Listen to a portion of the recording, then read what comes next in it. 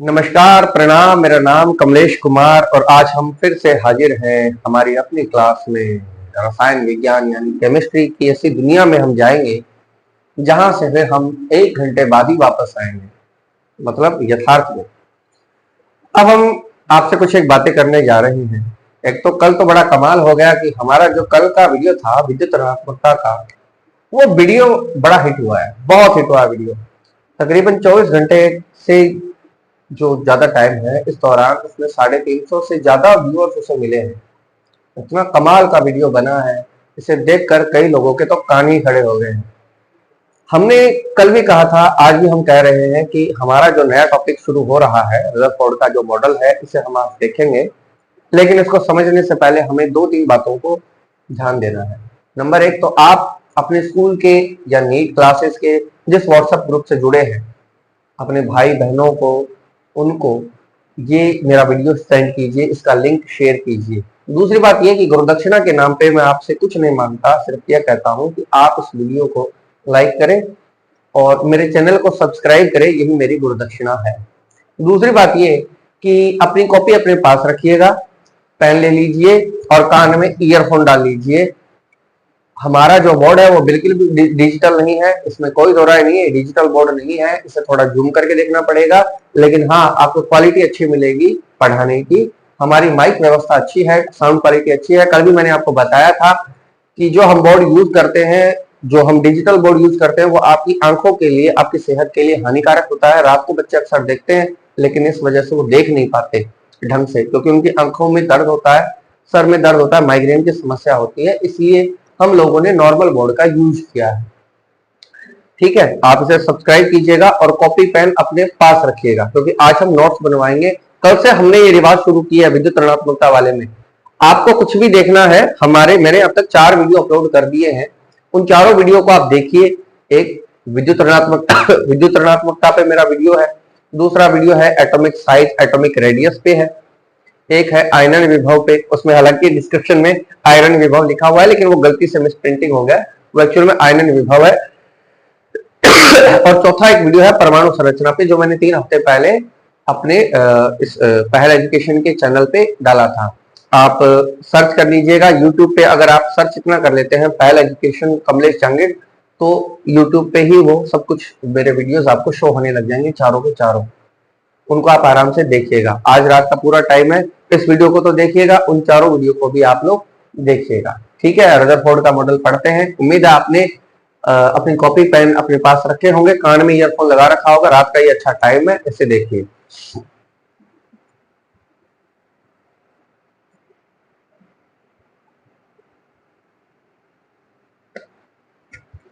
Rutherford का सिद्धांत, the theory of Rutherford.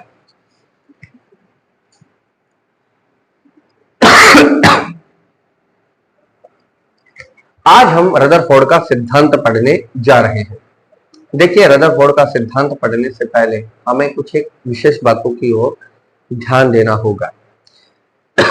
Rutherford ने जो ये प्रयोग किया था, ये प्रयोग उसने गोल्ड की एक पतली पन्नी पर किया, गोल्ड की एक पतली प्लेट पे किया। मतलब ऐसे थी वो प्लेट, बिल्कुल ऐसे थी वो। ठीक है, दिखाई दे रही है बच्चों? इस तरीके की प्लेट थी, इतनी पतली कि अगर इसको इस तरीके से रखे तो वो दिखाई भी नहीं देगी। बिल्कुल पतली प्लेट उसने ले ली। ठीक है, इतनी पतली थी। ये तो बहुत मोटी है, लेकिन इससे पतली ही थी। और उस बंदे ने क्या किया, रदरफोर्ड ने क्या किया, सामने सामने ले ली एक गन ले ली, लाइक AK-47।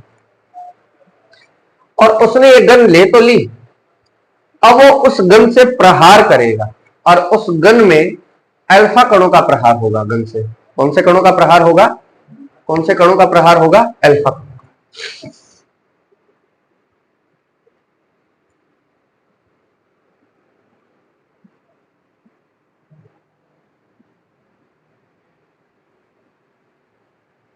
यानी ये बमबारी शुरू हो गई है। उसने ऐसा करके अल्फा कणों की बौछार करनी शुरू कर दी, और मार किसको रहा है? गोल्ड की इस प्लेट को, सोने की इस पतली प्लेट को मार रहा है। ये बताने से पहले इतना जानना जरूरी है कि कण तीन प्रकार के होते हैं। कितने प्रकार के होते हैं? तीन प्रकार के। एक होते हैं अल्फा कण, दूसरे होते हैं बीटा कण, और तीसरे प्रकार के कण होते हैं गामा कण। अल्फा, बीटा और गामा। कितने प्रकार के कण हुए? तीन। अल्फा प्रकार के जो कण होते हैं उन पर होता है पॉजिटिव चार्ज, बीटा प्रकार के कणों पे होता है, और गामा प्रकार के कणों पर कोई चार्ज नहीं होता। इन पर किसी भी प्रकार का कोई भी आवेश नहीं होता। आ गई बात समझ? तो अब सवाल ये उठता है कि रदरफोर्ड ने अपने प्रयोग में कौन सी धातु का प्रयोग किया? अपने एक्सपेरिमेंट में कौन सी धातु का प्रयोग किया? तो कौन सी धातु काम में लोगे? लोहे की प्लेट का यूज किया या तांबे की प्लेट का या गोल्ड की प्लेट का? कौन सी प्लेट का यूज किया? गोल्ड की प्लेट का, सोने की पतली प्लेट का यूज किया। नंबर एक बात, रदरफोर्ड ने अपने एक्सपेरिमेंट में कौन से कणों की बमबारी की थी? तो कौन से कण उसने लिए थे? अल्फा, यानी ये वाले कण दिखाई दे रहे हैं आपको, ये वाले कण। और इन अल्फा कणों की बमबारी की उसने गोल्ड की प्लेट पे। अल्फा कणों पर चार्ज कौन सा होता है? पॉजिटिव चार्ज होता है। कौन सा चार्ज होता है? पॉजिटिव। जब उसने ये बमबारी की थी तो बमबारी के बाद क्या हुआ? एक घटना घटी, बड़ी अजीब सी थी। रदरफोर्ड इसे देख के चौंक गया। अब वो घटना क्या थी सुनिए। बहुत सारे कण ऐसे थे जो इसमें से सीधे के सीधे निकल गए, भीतर से चले गए, जैसे कुछ था ही नहीं, यहां खाली था। जैसे यहां सब कुछ क्या था? खाली था, कुछ नहीं था यहां पे। एक दो कण ऐसे थे जो अपने रास्ते से थोड़े विचलित हो गए। अपने रास्ते से क्या हो गए? विचलित हो गए। एक दो कण ऐसे थे जो अपने रास्ते से क्या हो गए? विचलित हो गए।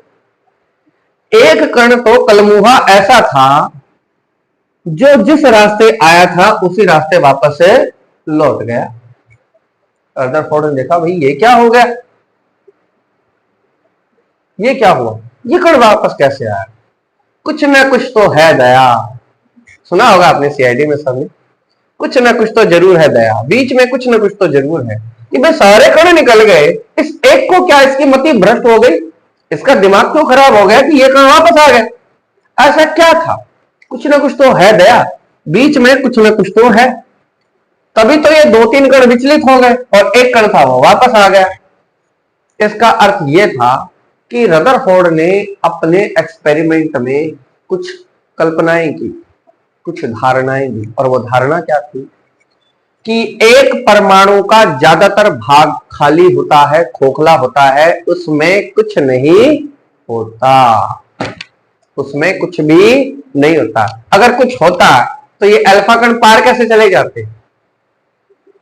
कुछ होता तो टकरा नहीं जाते अल्फा कण, वापस नहीं आ जाते?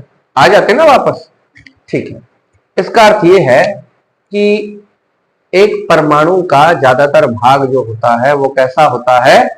खाली होता है। कैसा होता है? खाली। नंबर दो बात, कॉपी पेन अपने पास रखिएगा, इसको समझाने के बाद मैं लिखवाऊंगा, नोट्स बनवाऊंगा, ठीक है? अगर आपके पास कॉपी पेन नहीं है तो प्लीज इस वीडियो को एक बार स्टॉप करके कॉपी पेन ले आइए और कॉपी पेन ला के कान में ईयरफोन डाल के फिर इसे सुनिएगा, समझ में आएगा। क्योंकि आजकल बहुत सारे कोचिंग वाले जो है वो पीछे पड़े हैं, क्योंकि इलेक्ट्रोनेगेटिविटी वाले कांड के बाद में कुछ एक लोगों की जमीनें ही हिल गई हैं। तो वीडियो देखना आप, इलेक्ट्रोनेगेटिविटी वाला मैंने कल ही अपलोड किया था, विद्युत ऋणात्मकता वाला। वो इतना वायरल हो रहा है कि पूछे ही मत। कल 24 घंटे के इस दौरान 350 से ज्यादा लोगों ने इसे देखा है। हाँ, तो रदरफोर्ड ने क्या कहा? रदरफोर्ड ने यह कहा था कि एक परमाणु का ज्यादातर भाग जो होता है कैसा होता है? खोखला होता है। कैसा होता है? खोखला। दूसरी बात रदरफोर्ड ने क्या कही थी? रदरफोर्ड ने यह बात कही थी, रदरफोर्ड ने यह बात कही थी कि कुछ न कुछ है यहां पर। अब वो कुछ क्या है? वो कुछ देखिए, कौन से कणों की बौछार की थी उसने? अल्फा कणों की। इससे टकराने कौन वाला था? अल्फा कण टकराने वाला था। लेकिन अल्फा कण यहां से प्रतिकर्षित हो गया। क्या हो गया यहां से? अब मुझे बताइए कि एक धनावेशित कण कौन से कण से प्रतिकर्षित होगा? धनावेशित से या ऋणावेशित से? धनावेशित से। ऋणावेशित से तो होने से रहा। ये याद रखिएगा, दो पॉजिटिव चार्ज जो होते हैं उनमें सदैव क्या होता है? दो नेगेटिव चार्ज में भी क्या होता है? प्रतिकर्षण होता है। लेकिन एक नेगेटिव और एक पॉजिटिव में क्या होता है? यहां क्या हुआ था? आकर्षण हुआ था या प्रतिकर्षण हुआ था? कौन से कण का प्रतिकर्षण हुआ था? अल्फा पर चार्ज कौन सा था? पॉजिटिव। इसका अर्थ है पॉजिटिव चार्ज प्रतिकर्षित हुआ था, तो सामने कौन था? पॉजिटिव चार्ज था। कोई ना कोई पॉजिटिव चार्ज ही होगा। रदरफोर्ड ने इसे नाम दिया था नाभिक का। किसका नाम दिया था इसे? भाई पॉजिटिव चार्ज प्रतिकर्षित हो रहा है तो डेफिनेटली किसी पॉजिटिव से ही हो रहा होगा, क्योंकि पॉजिटिव तो पॉजिटिव से ही प्रतिकर्षित होगा। रदरफोर्ड ने इसका नाम दिया था नाभिक। क्या नाम दिया था इसका? नाभिक नाम दिया था। अब रदरफोर्ड ने कुछ एक कल्पनाएं की। वो कल्पनाएं क्या थी जरा लिखिएगा। लिखिए। लिखिएगा। हाँ लिखिए, आप लिखिए। कॉपी पेन होगा आपके पास? ठीक है, लिखिएगा। रदरफोर्ड ने अपने प्रयोग में रदरफोर्ड ने अपने प्रयोग में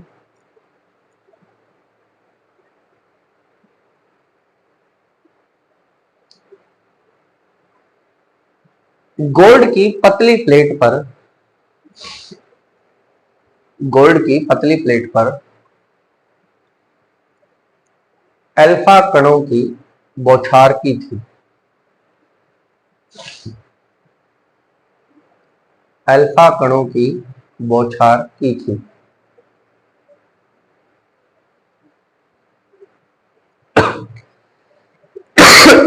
अल्फा कणों की बौछार की थी।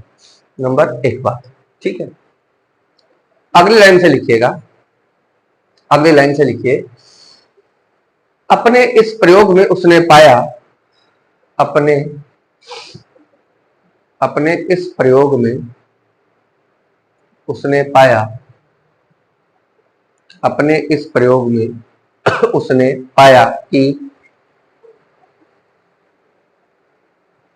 अपने इस प्रयोग में उसने पाया कि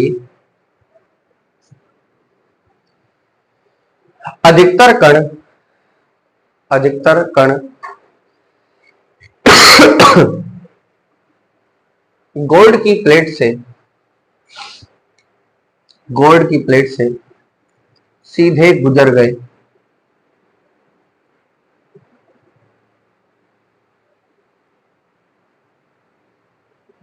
गोल्ड की प्लेट से सीधे गुजर गए।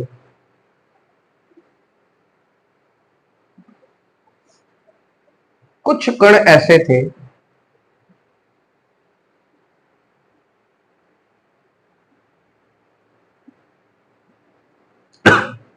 जो अपने रास्ते से विचलित हो गए थे।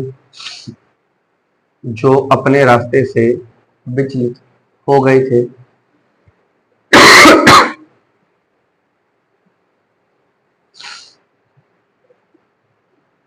और एक कण तो ऐसा भी था और एक कण ऐसा भी था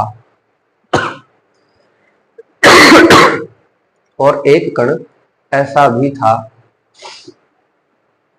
वो जिस रास्ते आया था वो जिस रास्ते आया था उसी रास्ते से वापस भी चला गया। वो जिस रास्ते आया था उसी रास्ते वापस भी चला गया।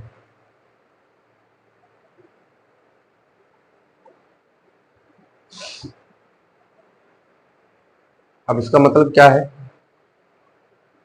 बोलो, ठीक है। अगली लाइन से लिखिएगा, अतः अतः अतः रदरफोर्ड ने निम्नलिखित सिद्धांत प्रतिपादित किया। निम्नलिखित सिद्धांत प्रतिपादित किया। मेरी थोड़ी तबीयत डाउन ही है, जुकाम हो गया मुझे।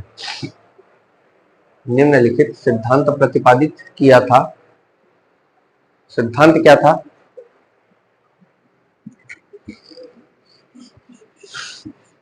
अब वो सिद्धांत क्या था? पहला लिखिए, पहली लाइन से लिखिए। ये कहां तक हो गया, एक बार देख लूं मैं इसे।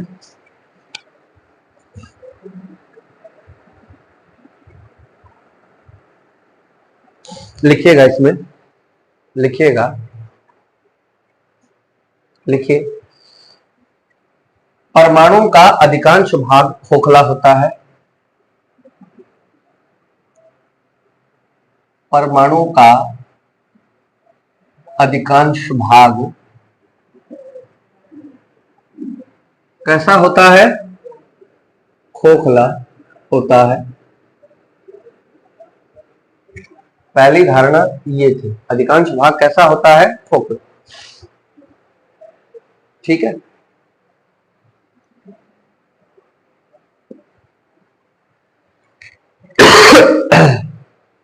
दूसरी धारणा क्या थी?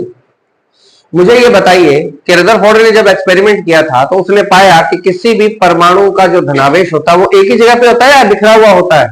एक ही जगह पे होता है। और वह बीच में उस परमाणु के बिल्कुल सेंटर में पॉजिटिव चार्ज होता है, उसका उसने क्या नाम दिया था? नाभिक। यानी कि किसी परमाणु का धनावेश, लिख लीजिए बात, किसी परमाणु का धनावेश, किसी परमाणु का धनावेश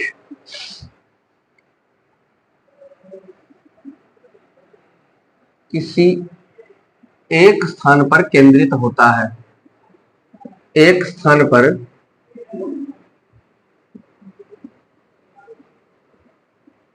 केंद्रित होता है, मतलब एक ही जगह होता है धनावेश। और वो जिस जगह होता है ना उसे ही नाभिक बोलते हैं। क्या बोलते हैं उसे? नाभिक। जिसे क्या बोलते हैं? नाभिक बोलते हैं। मतलब नाभिक में सारा पॉजिटिव चार्ज होता है। ऐसा नहीं है कि इधर भी पॉजिटिव इधर भी पॉजिटिव, नहीं, बिल्कुल परमाणु के बिल्कुल बीचों बीच, जिसे क्या कहते हैं?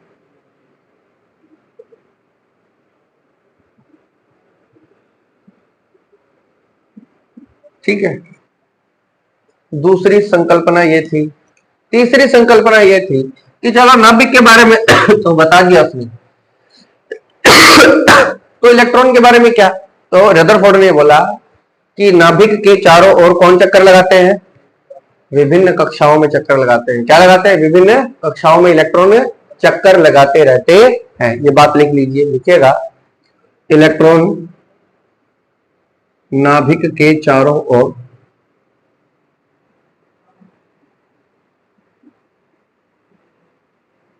विभिन्न कक्षाओं में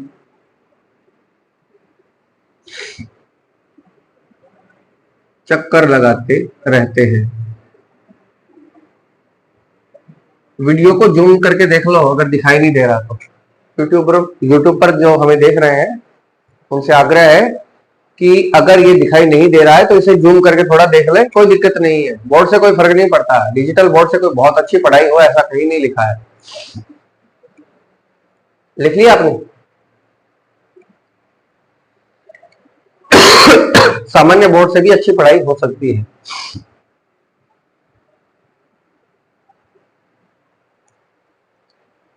लिख लिया? अब मुझे ये बताओ कि एक परमाणु में, देखिए पहले देख लीजिए सामने फिर लिख लेना। पहले देख लीजिए, एक परमाणु में नाभिक होता है? बोलो, नाभिक होता है क्या? और कौन होते हैं? उनके चारों ओर कौन चक्कर लगाते हैं? तो एक परमाणु का मतलब नाभिक प्लस इलेक्ट्रॉन हुआ, यही तो हुआ। एक परमाणु का मतलब क्या हो गया? नाभिक प्लस इलेक्ट्रॉन। अगर मैं परमाणु के वेट की बात करूं, परमाणु के भार की बात करूं, तो एक परमाणु का जो भार होता है वो किसके बराबर होगा? नाभिक के भार के बराबर प्लस इलेक्ट्रॉन के भार के बराबर। यही तो है। मान लो कि एक बोरा है, 2 किलो का बोरा है, उस बोरे में 4 किलो अनाज रखा है। कितने किलो अनाज रखा है? आप उसको तोल रहे हो तो टोटल वेट कितना आएगा? 6 किलो, क्योंकि 2 किलो का बोरा है और 4 किलो उसमें क्या है? अनाज है। तो जब आप परमाणु का वेट तोलोगे, मतलब अगर नॉर्मली बिहेवियर जैसा कह रहा हूं, ऐसा कर नहीं सकते, वैसे बता रहा हूं कि एक परमाणु का वेट करोगे तो वो वेट किसका आएगा? नाभिक का वेट प्लस इलेक्ट्रॉन का वेट। लेकिन ये याद रखना कि रदरफोर्ड ने कहा था कि इलेक्ट्रॉन का जो भार होता है वो लगभग लगभग क्या होता है? नगण्य। क्या होता है? नगण्य। इसलिए एक जो परमाणु का द्रव्यमान होता है, भार होता है, वो किसके भार के बराबर होता है? किसके द्रव्यमान के बराबर होता है? क्योंकि इसका तो कोई अर्थ ही नहीं है। इलेक्ट्रॉन का जो द्रव्यमान होता है वो कैसा होता है? इसलिए एक परमाणु का जो भार होता है वो किसके भार के बराबर होता है? नाभिक के भार के बराबर होता है, क्योंकि इलेक्ट्रॉन का भार कोई ज्यादा मायने नहीं रखता। एग्जाम्पल के तौर पे 10 लोग हो और वो 10 लोग आपको दान दे रहे हैं। एक आदमी ने आपको 1 करोड़ रुपया दान दिया, दूसरे आदमी ने 2 रुपए दिए, तीसरे ने 4 रुपए दिए, यानी बाकी सारे एक एक 2-2 रुपए दान कर रहे हैं। एक आदमी ऐसा है जिसने 1 करोड़ दान दिए। अब कल को कोई आपसे पूछे कितने रुपए दान में आ गए आपके, तो आप क्या कहोगे? 1 करोड़ आ गए। उसके ऊपर जो 100-200 रुपए और बने वो तो आप ऐसे ही गिनोगे कि वो कोई ज्यादा मायने नहीं रखता। ऐसे मान लीजिए आपके पास 1 करोड़ 200 रुपए है, तो आप आपसे कोई पूछा आपके पास कितना रुपए है, तो आप क्या बताओगे? 1 करोड़ 200 की तो कोई गिनती ही नहीं है। इतना नगण्य है कि उसको चाहे गिनो ना गिनो उसका कोई अर्थ नहीं। तो यही चीज है कि एक परमाणु के अंदर नाभिक भी होता है, इलेक्ट्रॉन भी होता है। क्योंकि इलेक्ट्रॉन का वेट होता है वो क्या होता है? नगण्य होता है। इसलिए एक परमाणु का वेट होता है वो एक्चुअल में किसका वेट होता है? नाभिक का वेट। ये बात लिख लीजिए, लिखिएगा ये बात। चूंकि इलेक्ट्रॉन का द्रव्यमान लगभग नगण्य ही होता है, अतः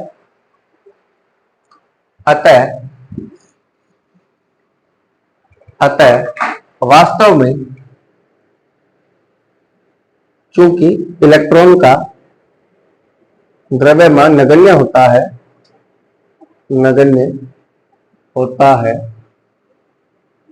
अतः एक परमाणु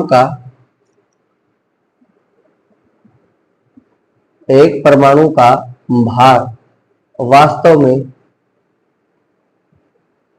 किसके बराबर होता है?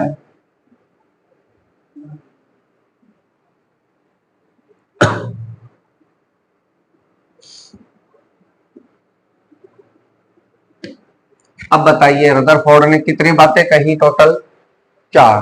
कितनी बातें कही? 4।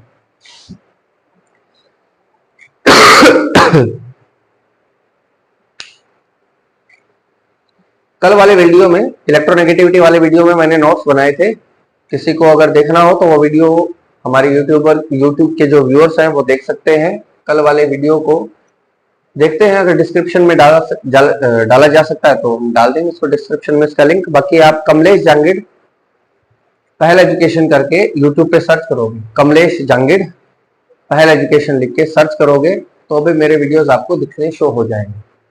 ठीक है, कमलेश जांगिड़ एटॉमिक स्ट्रक्चर लिख देना, कुछ भी लिख देना, या हमारे यूट्यूब चैनल पे चले जाओ तो यूट्यूब चैनल पे मेरे अब तक जो 4 वीडियो पहले से, इस वीडियो से पहले आए हैं वो आपको शो होंगे।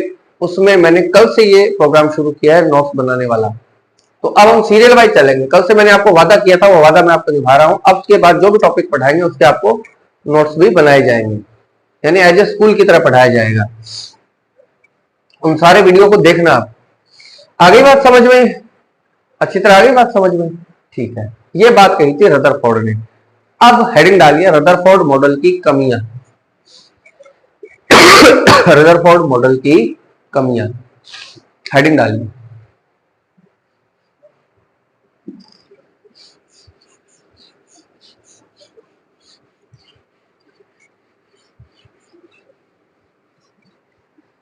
रदरफोर्ड मॉडल की कमियां।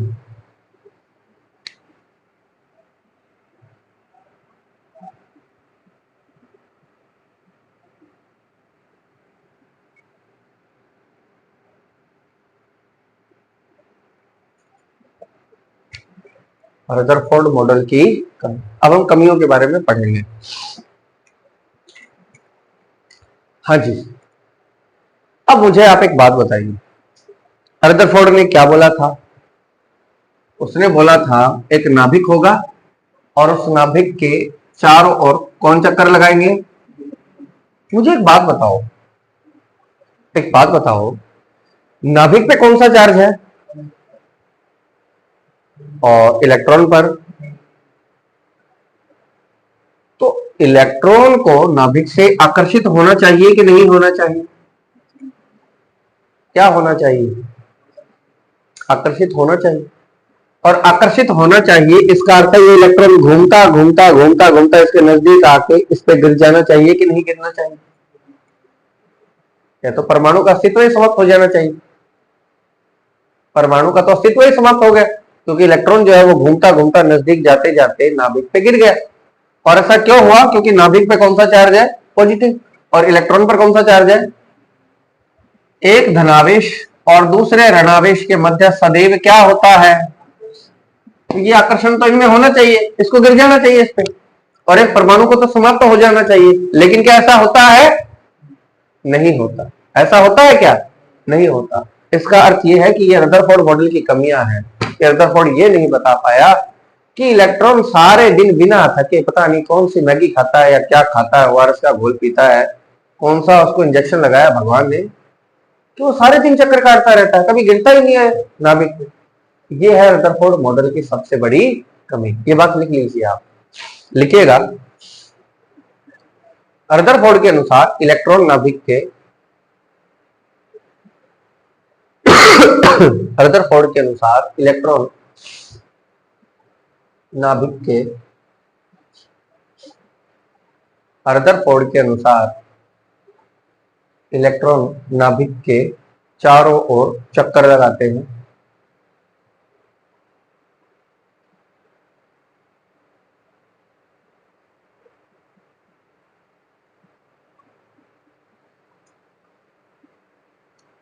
चूंकि इलेक्ट्रॉनों पर ऋणावेश होता है,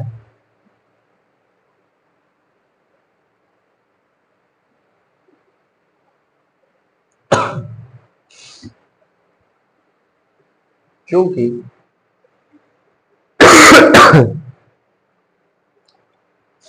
क्योंकि इलेक्ट्रॉनों पर ऋणावेश होता है और नाभिक पर धनावेश,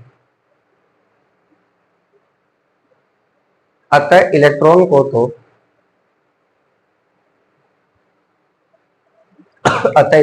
तो नाभिक पर गिर जाना चाहिए।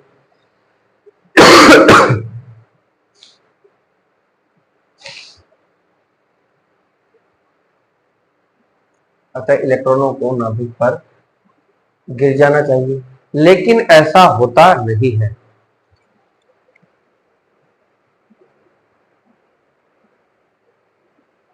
रदरफोर्ड इसे स्पष्ट नहीं कर पाया। रदरफोर्ड इसे स्पष्ट नहीं कर पाया।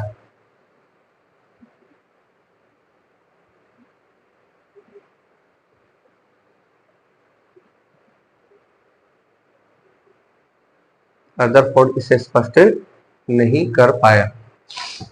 लिख लिया आपने? सबने लिख लिया? ठीक है, अब आगे सुनिए।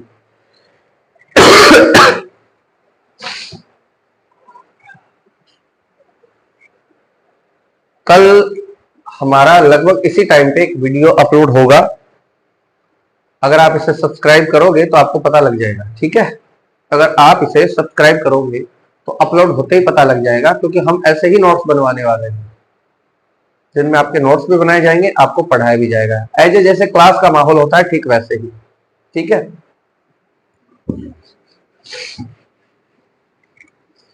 ये तो हुई इनकी बात। अब जी बड़ी विकट और बड़ी भारी समस्या खड़ी हुई, और बड़ी भारी समस्या ये हुई कि ऐसा कैसे हो सकता है कि इलेक्ट्रॉन जो होता है वो नाभिक के चारों चक्कर लगाए। इस बात को समझाया बोर ने। कौन से भैया ने समझाया इसे? बोर ने समझाया था इसे। और बोर ने क्या कहा था? बोर की हाइपोथेसिस क्या थी?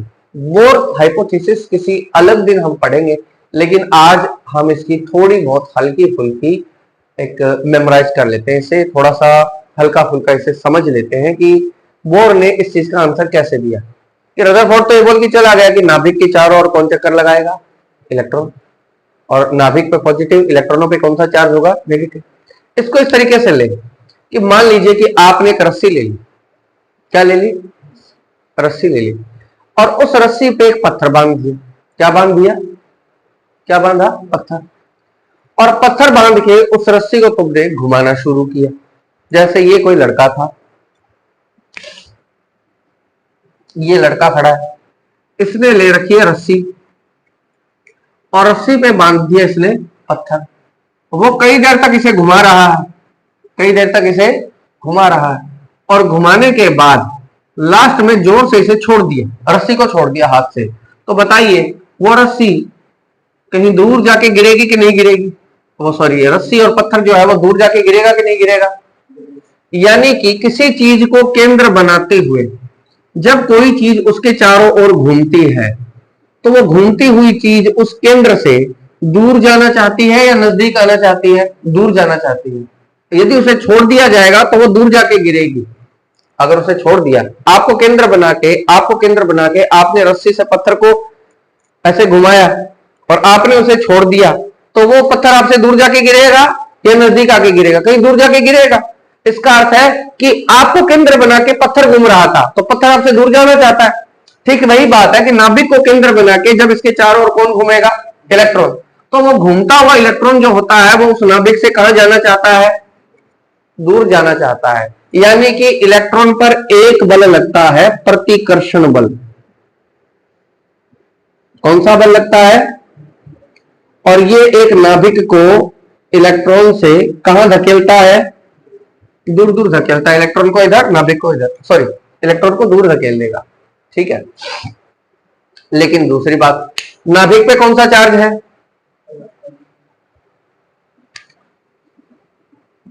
इलेक्ट्रॉन पे कौन सा चार्ज है, बताइए। इनके बीच में विद्युत आकर्षण बल लगेगा कि नहीं लगेगा, क्योंकि इन दोनों का चार्ज सेम है कि डिफरेंट है, डिफरेंट है। एक नेगेटिव है, दूसरा क्या है, क्या है, पॉजिटिव। इसका अर्थ है कि इस इलेक्ट्रॉन पर आकर्षण बल भी लगेगा और इस इलेक्ट्रॉन पर प्रतिकर्षण बल भी कार्य करेगा। यानी घूमती हुई चीज, यानी ये जो इलेक्ट्रॉन है, इस पर आकर्षण बल भी कार्य करेगा और इस पे प्रतिकर्षण बल भी कार्य करेगा। यही कारण है कि नाभिक के चारों ओर घूमता हुआ इलेक्ट्रॉन ना तो नजदीक आ पाता है ना वो दूर जा पाता है, क्योंकि उस पर प्रतिकर्षण बल भी कार्य करता है और उस पर कौन सा बल कार्य करता है, आकर्षण बल भी कार्य करता है। दोनों ही बल कार्य करते हैं, इसलिए दोनों बल एक दूसरे को संतुलित कर देंगे। क्या कर देंगे, संतुलित। ये ठीक वैसे ही है जैसे एक पत्थर को दो पहलवान खींच रहे हैं और दोनों ही पहलवानों की शक्ति बराबर हो तो पत्थर कहां जाएगा, बीच में रहेगा। रस्सी भले ही टूट जाए, पत्थर तो कहीं जाने दे रहा। ठीक वही बात इसमें भी है। ठीक है, आप इसको अब करवा दीजिए। ठीक है, बुला लीजिए, बुला लीजिए। ठीक है, आ गई ये बात समझ में। तो इलेक्ट्रॉन जब नाभिक के चारों ओर घूमेगा तो घूमते हुए इलेक्ट्रॉन के अंदर आकर्षण और प्रतिकर्षण दोनों बल कार्य करेंगे और दोनों ही बल एक दूसरे को क्या कर देंगे, संतुलित कर देंगे। ये आकर्षण और ये प्रतिकर्षण बल जो होते हैं बराबर बराबर होते हैं, इसलिए इलेक्ट्रॉन कहीं नहीं जाता, वो जिस रास्ते चक्कर लगा रहा था उसी रास्ते चक्कर लगाता रहेगा। हमारे शेष वीडियो जो भी हमने 4 वीडियो अब तक अपलोड किए हैं, उन सभी वीडियो को आप देखिएगा। आज का हमारा ये टॉपिक समाप्त हुआ। उन सभी वीडियोस को आप देखिएगा, उनके जो लिंक है वो डिस्क्रिप्शन बॉक्स में है। अपने यारों मित्रों को हमारा ये वीडियो शेयर कीजिए, अपने ग्रुप्स में से शेयर कीजिए। जय हिंद, जय भारत, धन्यवाद।